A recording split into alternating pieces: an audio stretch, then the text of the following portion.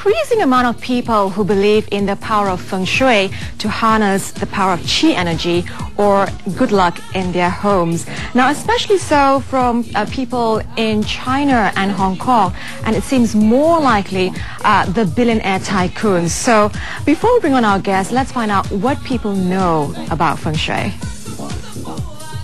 I don't really know much. I just know it's like you can't put the door here because then the light won't come in, or you can't put a flower here because it's bad luck.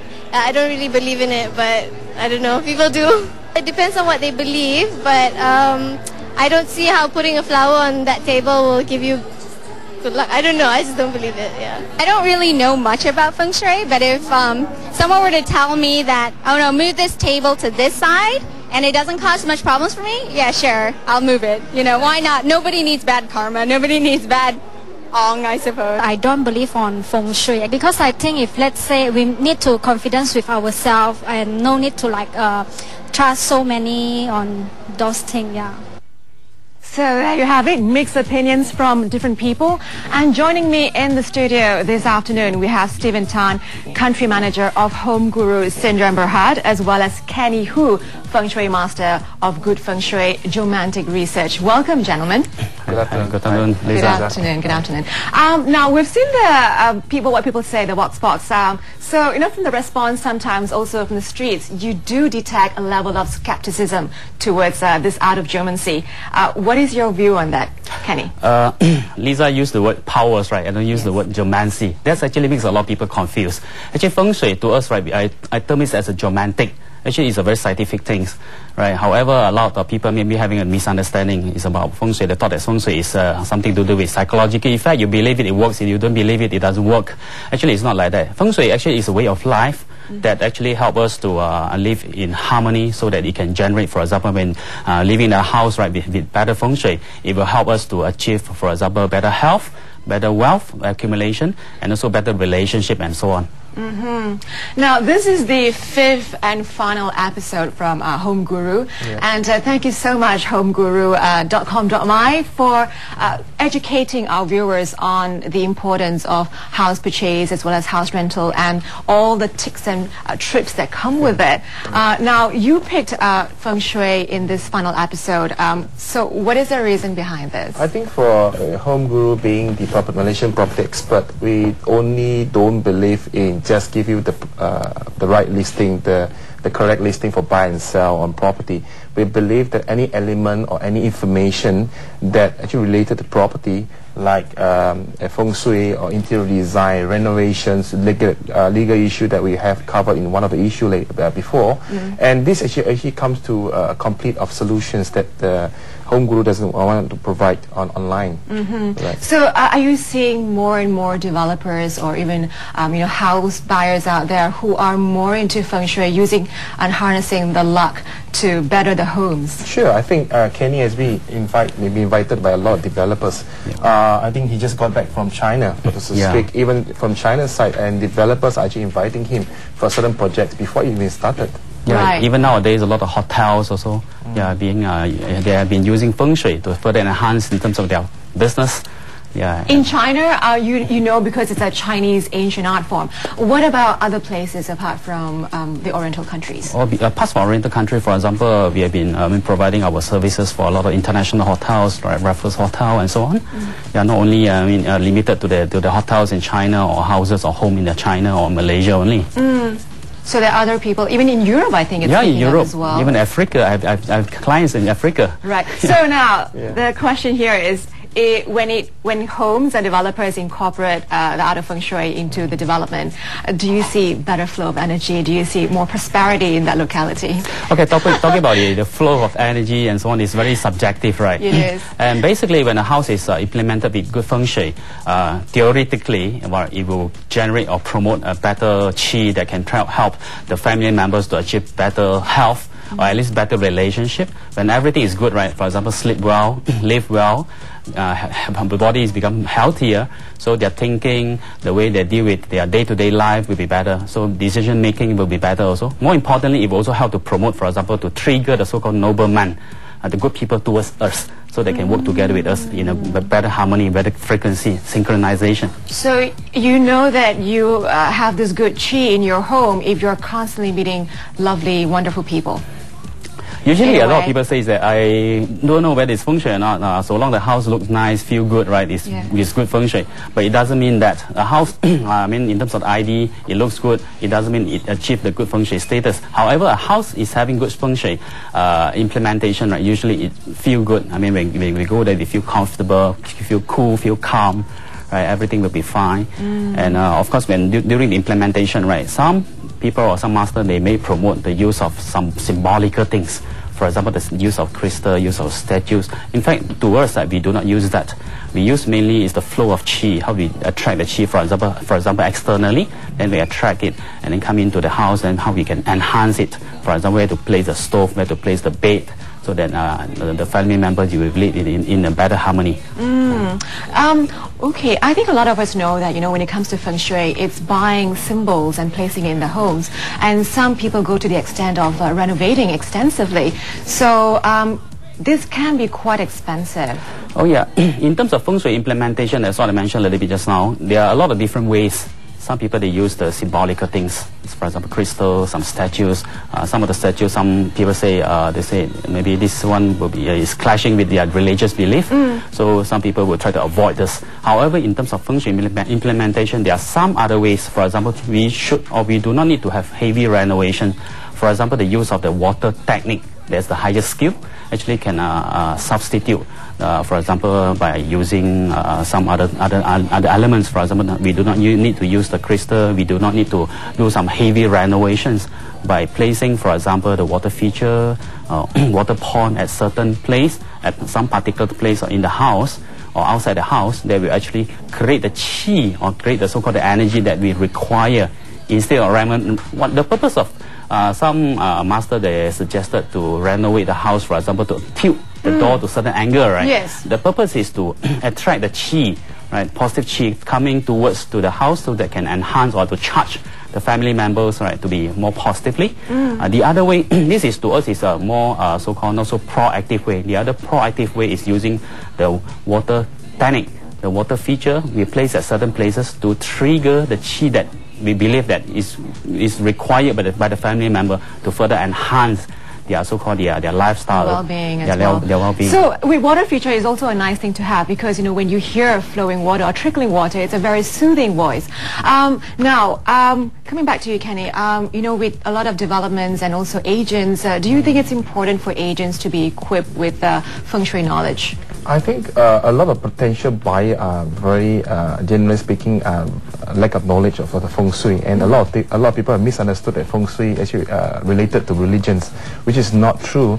I think those professional or matured negotiator or agents, they need to have somehow equipped with every element. It could be part of Feng Shui, legality, renovation, who's the best ID in town. What about the municipal council? Are they implementing any special rules? I think Feng Shui is one of the good elements. I still remember that about 12 years ago when I bought my second house in KL, I actually purposely brought my 1-year-old baby son. And there was a saying that if you have a baby toddler and then you move into the house and the baby don't cry and you feel very comfortable and you feel joyful, that's a place you're going to move in. And that's true. We have been staying in the house for the past 11 years, and we are quite enjoyable. So you're very happy, very prosperous. Right. Hopefully. Hopefully. Yeah. Well, what is the difference between a normal house and a house that incorporates out of Feng Shui? We actually have a video clip for you, so maybe you can actually describe the differences. Yeah, can do it. So in terms of house, right? Usually when we choose a house or we want to design a house, try not to design in a very weird or very outstanding, very different from others. Right. This is like Gaudi's design, the one before, like in Spain. This one is, the normal house that we used to, we want this style of house, a normal, ordinary work look. But some people will say it looks too ordinary, too squarish, you know. Sometimes so they want to be arty. I have some friends, they ask me, can I design a house look like Disneyland, look like this, look like that, right? Yes. Usually we do not recommend that. Okay. Any reason why? We want it to be firm and steady. for example, a house look very weird. I have seen some houses, they purposely design the window slanting. Yes. Right. Even the door slanting, the window slanting. When we go into the house, right, we feel that our body is like slanting. So you walk in a In bit. KL, there's a bookstore, very interesting. Have you ever, if you walk into this bookstore, right, because the shelf is all slanting, when you walk into the bookstore, you feel that your body is slanting.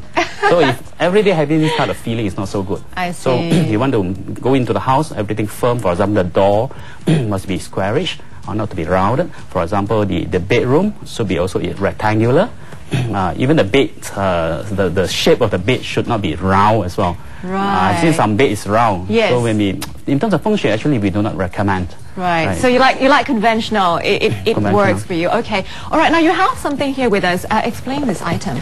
This is actually the compass lopan. Right. Actually, a lot of people say that this is. Can I just hang it on my door so that it can kick away all the negative chi? Right. This is not any so-called the talisman. It's just a compass. It's just like a computer. Right. It has a pool of data. All the database is here. So when we match, for example, we do the compass, there's a needle here. We understand the direction, right? We do the measurement on site. Then we understand, for example, what is the direction. Then it's very important to match, for example, the direction with the external chi, and also internally how we arrange the bed, the stove, and also, for example, the doors, right? So that it can match according to the family members' birth details. It's very important because when anyone was born, their body or our body has been charged by the then current combination of 5 forces. For example, someone was born in the summertime, so his body naturally will consist of more fire element because summertime is hotter. Sure. Right. Someone was born within the winter timing, their body will have more water element. So Feng Shui is an art of balancing. How to balance. Cannot be too much. Also cannot eat too much. Happy also cannot be too happy. So, for example, elements also cannot be too extreme. Must be balanced, harmony. So when we analyze, for example, the family members, all of the family members, for example, their elements in their based on their date and time of birth, then we should understand. For example, this house facing this direction, they should receive what kind of chi. Whether the chi should have more water element or whatever. So, and we use this one to do measurement. We do the calculation and so on. This is the compass, the Chinese compass. Compass to help you out. Okay, we have some visuals as well of interior homes, the inside of the property. So, can you explain, Kenny, on what can This is help a very here? good house design, just a living hall. And then the stove, actually, is very important. Stove, actually, it represents the health and also the wealth for the family member. The location of the stove, for example, most masters will say it cannot be located at the northwest and also the southwest sector. These are the common so-called golden rules. Right. Some of the golden rules that we have to follow. For example, the northwest, right? For example, this thing can be applied or implemented by the developer. Try to avoid designing or put the kitchen in the northwest sector or the southwest sector, because this will affect the male of the family and also the female of the family. Right. These are some of the rules. Do you have more cost-effective measures on countering those? Of course, there will be some other ways as well. For example, if the kitchen is already there, for example, some of the condominium, right, we cannot just hack here, hack there, otherwise the whole building collapse, right? Yes. So there will be some other remedies to counter it. Yeah, So there are remedies available? They are, of course, they are. Okay. Then have to consult an experienced Feng Shui master to remedy it. Now, you were talking about birth dates and how important they are. Now, so in a family, if you consist of 4 or 5 people, how do you ensure that everybody comes into harmony? Yes, this is the most challenging part in terms of the Feng Shui implementation by the Feng Shui master. It's very important to have, the Feng Shui master must be very skillful in the so-called calculation in terms of their parts, the birth chart. Basing on their birth chart, their birth detail, must based on all the family members, cannot just based on the breadwinner. Some people say based on the breadwinner. Today the breadwinner can be the husband, next week or next month can be the wife, yes. And then maybe a few years later it can be the eldest son or the eldest daughter. Who shall we follow? So basically we need to follow all to achieve a balance. Of all the family members. All right. If I throw in another criteria here, what about if some family members believe in Feng Shui and some say, okay, no, it doesn't work for me. I'm not into this. So the most importantly, Feng Shui is not symbolical things. It doesn't mean that you believe it, then it works. I don't believe it won't work. But it's no harm believing it, so long we do not encourage the use of some of the symbolical things or statue that may be having some kind of clashes with some family members' religious belief or their cultural belief, right? Basically, Feng Shui implementation, we do not need to have all these things. For example, the use of crystal, use of the statues, actually we do not need. However, there's just an option only, actually. Right. Okay, so I suppose that, if you want more information, then you always have to engage a Feng Shui master just to get it right. Now, before we end this, Stephen, how does Feng Shui come into play when it comes to pricing a property? Well, I think a lot of the potential buyers, surprisingly, when some of the questions that we receive from the Ask Guru section of Home Guru, remember that the last few episodes we keep stressing the importance of Ask Guru section, that a lot of potential buyer asking questions in that column.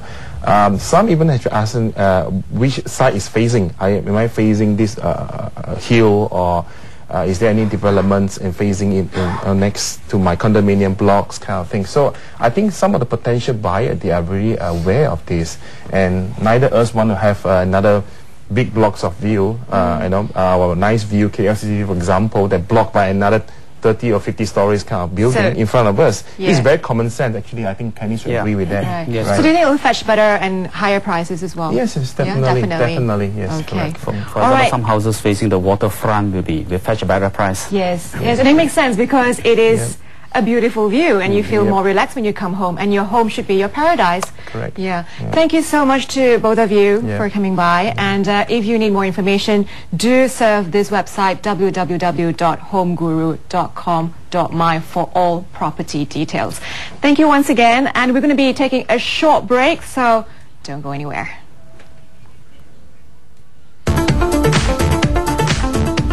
Fashion updates from watches to enhance your personality.